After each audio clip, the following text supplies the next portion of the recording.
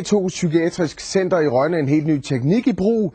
Telepsykiatri gør det muligt at modtage speciallægebehandling, f.eks. i København, men uden at forlade øen. En stor skærm, et kamera og en ganske solid bredbåndsforbindelse, og konsultationen er sat. Men til forskel fra den traditionelle psykiatriske samtale, behøver patienten og lægen ikke at være i samme rum. Faktisk kan de om nødvendigt sidde i hver sin ende af verden. Telepsykiatri hedder det, og de patienter, der har prøvet metoden, de er glade for muligheden. Patienterne giver udtryk for stor tilfredshed, og de vender sig ganske hurtigt til at tale med lægen via skærmen.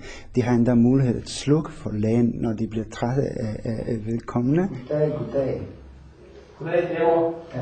Hvordan er vejret derovre i Kastrup i dag? Det er trist, deprimerende.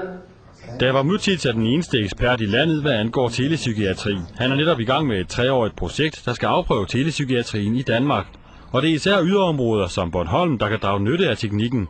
Den giver nemlig hurtigere adgang til speciallægebehandling, og telebehandlingen er lige så effektiv som den traditionelle. Ifølge de seneste undersøgelser er behandling af for eksempel depression lige så god ved telepsykiatri, som det er ved direkte kontakt med psykiateren. Der findes en hel del klare fordele, især der, hvor der er tilgang til psykiatrisk ekspertise besværliggjort på grund af mange ressourcer, som det er ofte i provinsen, til eksempel i Danmark. Jeg er lidt ængstelig for, om vi kan få speciallæger nok på Bornholm.